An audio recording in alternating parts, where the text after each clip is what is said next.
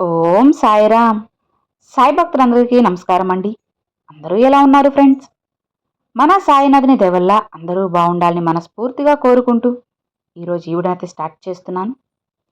ఇక ఈరోజు వీడియోలో బాబాగారు ఎలాంటి సందేశాన్ని తీసుకొచ్చారంటే, తల్లి, రేపు ఏం జరుగుతుందో తెలియక బిక్కుబిక్కుమంటున్నావు కదా, అందుకే నీకోసంగా ఒక మంచి మార్గాన్ని తీసుకువచ్చాను.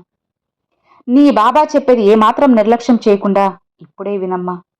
నీలో ఉన్న భయం, బెరుకు అన్నీ కూడా తొలగిపోతాయి, హాయిగా ఉంటావు అని బాబాగారైతే చెప్తున్నారండి.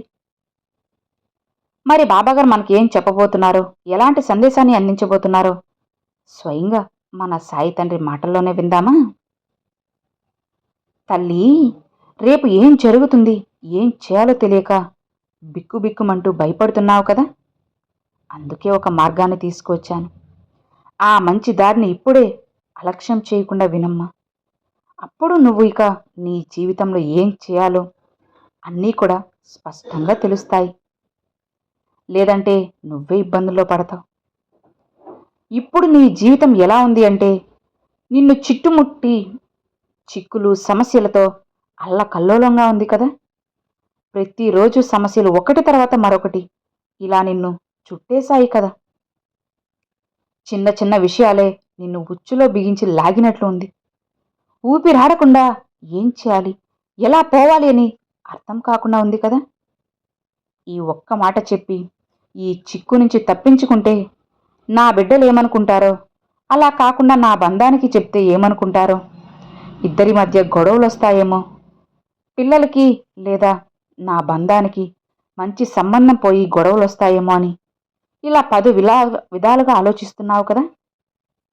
నువ్వు ఏ తప్పు చేయకపోయినా నీ కుటుంబ సభ్యుల కోసం చిన్న విషయాలను చెప్పడానికి భయపడి నీలో నువ్వే సతమతమవుతున్నావు.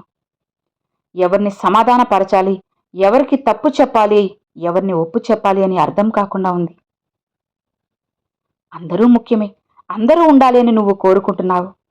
కానీ ఎవరికి ఏది చెప్తే ఎలా అపార్థం చేసుకుంటారో అని భయపడుతున్నావు.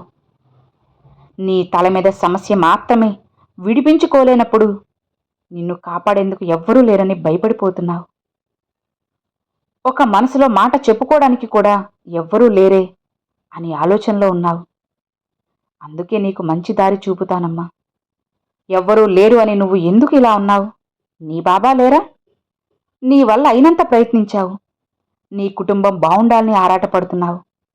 అంతా గందరగోళంగా ఉన్నా, నీకు నీ చుట్టూ ఎంతమంది ఉన్నా సరే ఒంటరిగా ఉన్నావు. నీ యొక్క ఇంటి సమస్యలే నీకు పెద్ద సమస్యలుగా మారిపోయాయి. ఎవరు ఎలా నొచ్చుకుంటారో, ఎవరు ఎలా బాధపడతారో, ఎవరు ఎలా నన్ను అపార్థం చేసుకుంటారో అని నీలో నువ్వే కుమిలిపోతున్నావు. అటు పిల్లలకి చెప్పలేక, నీ బంధానికి చెప్పలేక నలిగిపోతున్నావు. ఎవ్వరూ మాట్లాడకపోయినా, ఎవ్వరికి చెప్పుకోకపోయినా నీ మనసులో మాట నీ తండ్రికి తెలియదా చెప్పు? నీ మనసులో ఏదో ఆలోచిస్తూ దిక్కు తోచకుండా ఉన్నావని అర్థమైంది. లోతైన చీకటిలో ఉన్నట్లు ఉంది కదా. నీ పరిస్థితి దిక్కు తోచకుండా ఉన్న పరిస్థితుల్లో నీ సాయే కదా ముఖ్యం. అప్పుడు ఏం చేయాలో అర్థం కాకుండా ఉందా? అందుకే నీ బాబా దారి చూపుతాను. నీ ప్రశ్నలకు సమాధానం, నీ చిక్కులకు విముక్తి, నీ జీవితానికి దారి దొరుకుతుంది.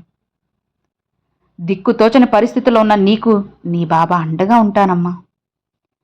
కొద్ది కాలం ముందు నువ్వు దిక్కుతోచగా ఉన్నావు కదా, అప్పుడు కూడా సాయి అని పిలిచావు. వెంటనే దగ్గరకు వచ్చి నీకు దారి చూపెట్టాను. నీ సమస్యను పరిష్కరించాను. అది మర్చిపోయావా? మర్చిపోలేదు బాబా, అన్నీ నాకు గుర్తున్నాయి.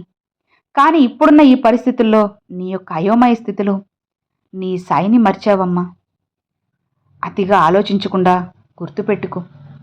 నారు పోసిన నేనే నీరు పోయకుండా ఉంటానా చెప్పు?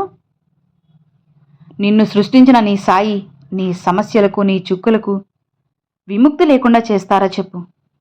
అలా ఏం కాదు. అన్నిటికీ ఖచ్చితంగా పరిష్కారం ఉంది. కానీ దాన్ని నువ్వు కనుక్కోలేక అయోమయంలో ఉన్నావులే, అంతే. నీ చుట్టూ ధైర్యమనే నీ బాబా ఉన్నారని మర్చిపోకమ్మా. ఎలాంటి దిగులు లేదు. తప్పకుండా ఇప్పుడు ఉన్న పరిస్థితిని మారుస్తాను. సంతోషంగా ఉండే దారిని నీకు కల్పిస్తాను. జరిగేవన్నీ మంచికే అనుకో. ఇక నువ్వు చేయాల్సింది కాస్త మౌనంగా చెయ్యి. మౌనంగా ఉంటే కాలం అన్నిటికీ గాయాన్ని మాన్పుతుంది, సమాధానమిస్తుంది, నీ బంధాన్ని నీ పిల్లల్ని కలుపుతుంది. నీ బంధానికి పిల్లలకి ఎలాంటి బాధింపు లేకుండా, గొడవలు లేకుండా సంతోషంగా ఉంటారు. దానికి నువ్వు తొందరపడకుండా ఉండు చాలు. నీ సాయికి నీ కష్టం తెలిసింది కాబట్టే ఈ సలహా ఇచ్చానమ్మా. దీనికి, ఈ సమస్యకు పరిష్కారం ఉంది. కాని ఏది ఏమవుతుందన్న భయంతో నువ్వు పెద్దగా ఉన్నావు. పెద్దగా ఆలోచిస్తూ చిన్న సమస్యను కూడా పెద్దగా చేసి చూస్తున్నావంతే. నీ ఒడిలో ఒక్కసారే ఉంటే కష్టమంతా పోతుంది. నీ నమ్మకం తప్పకుండా నిజం చేస్తాను. నీ సాయి ఒడిలో నువ్వు ఉన్నంత వరకు దిగులు పడకు. నీ జీవితానికి కావలసినవన్నీ ఇస్తాను. నువ్వు ఎదుర్కొన్న ఓటములు అన్నీ నిలకడగా ఏమీ ఉండవు. నువ్వు కూడా ఖచ్చితంగా విజయం సాధిస్తావు. ఒక కలవరంలాగా నీ పరిస్థితి దూరమైపోతుంది. ఇదే పరిస్థితుల్లో ఉంటే బాబా నన్ను ఈ పరిస్థితుల్లోనే ఉంచుతావా అనే ఒక సందేహం నీకు ఉంటుంది కదా.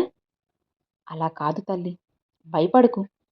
నీ కష్టమంతా ముగిసింది. నీ ఇంట్లో కష్టాలు ముగిశాయి. అలానే నీకున్న ఆర్థిక సమస్యలు కూడా ముగిసిపోయాయి. ఇక ఆనందంగా జీవించు. నీ చుట్టూ జరిగేవన్నీ తాత్కాలికమని తెలుసుకో. నీ చుట్టూ జరిగే వాటి గురించి ఆలోచించుకు. వాటిని పెద్ద సమస్యలుగా తీసుకోవద్దమ్మా. అన్నీ తొలగిపోతాయి. నువ్వు ఇంతకాలం కృంగిపోవడానికి ఏమీ జరగలేదమ్మా. ఇంతలా కృంగిపోవడానికి ఏం జరిగిందని చెప్పు.